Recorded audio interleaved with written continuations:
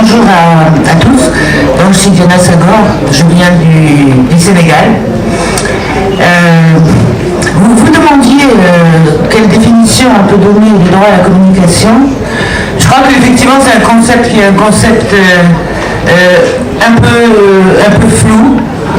Parfois on parle de droit à la communication, parfois on parle de droit à communiquer. Quand on parle de droit à la communication, parfois il est au singulier, parfois il est au pluriel. Après qu'on peut le définir effectivement par rapport au droit à l'information. Et quand on dit information, on parle d'une information qui est surtout une information verticale, alors que le droit à la communication, c'est vertical peut-être dans les deux sens. Ça veut dire non seulement informer les citoyens, mais ça veut dire aussi faire remonter les voix des citoyens. Et puis c'est aussi une communication qui est une communication horizontale, ça veut dire de communiquer d'individu à individu, de communauté à communauté. Et je crois que le droit à la communication, il y a eu un manifeste en 2003 et il y avait une bonne définition qui avait été donnée par le professeur Amerling. Je peux vous la donner. Le droit à la communication, c'est un idéal de libre-échange des informations et des idées, interactifs, égalitaires, non discriminatoires, motivés par les besoins de l'homme plutôt que par des intérêts économiques et commerciaux. Et notre vision repose sur la reconnaissance de la dignité inhérente à chaque individu et des droits inaliénables et identiques pour tous. Alors, pour le droit à la communication, on ne va peut-être pas entrer dans la polémique droit à la communication,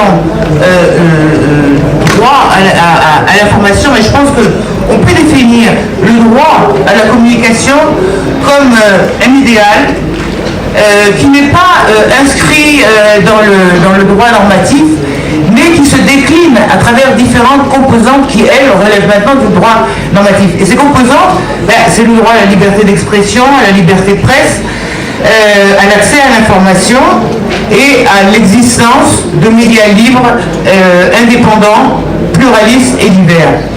Alors, pour venir maintenant au cas de l'Afrique de l'Ouest, je crois qu'on peut examiner la situation au regard de ces quatre composantes du droit à l'information.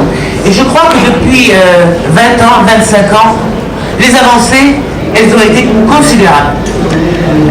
On prend la liberté d'expression, elle est inscrite dans la plupart des constitutions maintenant.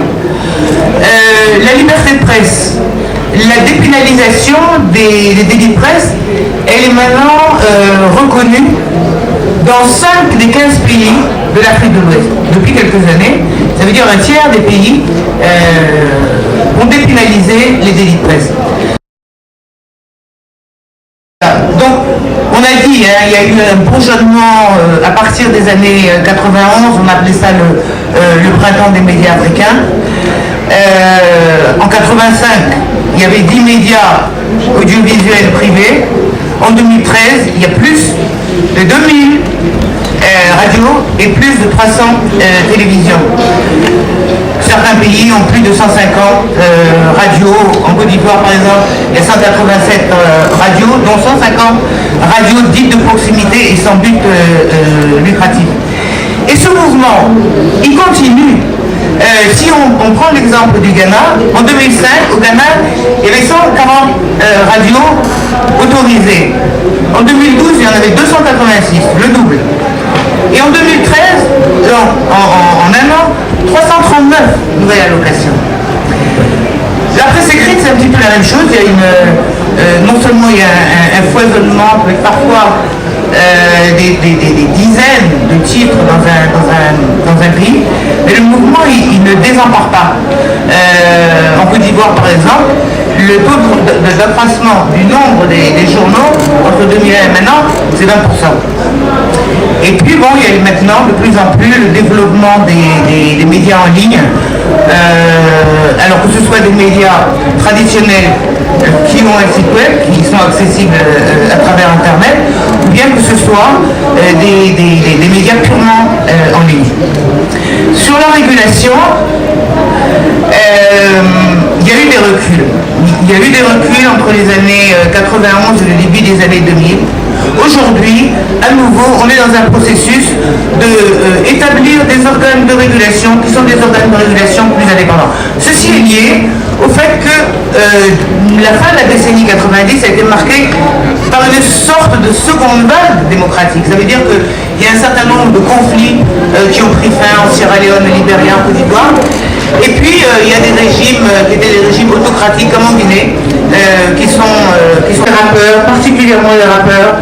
Un des membres du groupe Y'en a marre au Sénégal, qui est un peu à l'origine de l'alternance qu'on a connue en 2012, a été arrêté cette année, parce que pour insulte aux forces de police qu'il accusait de corruption. Au Sénégal, il y a un festival des arts plastiques tous les 2 ans, c'était en mai cette année.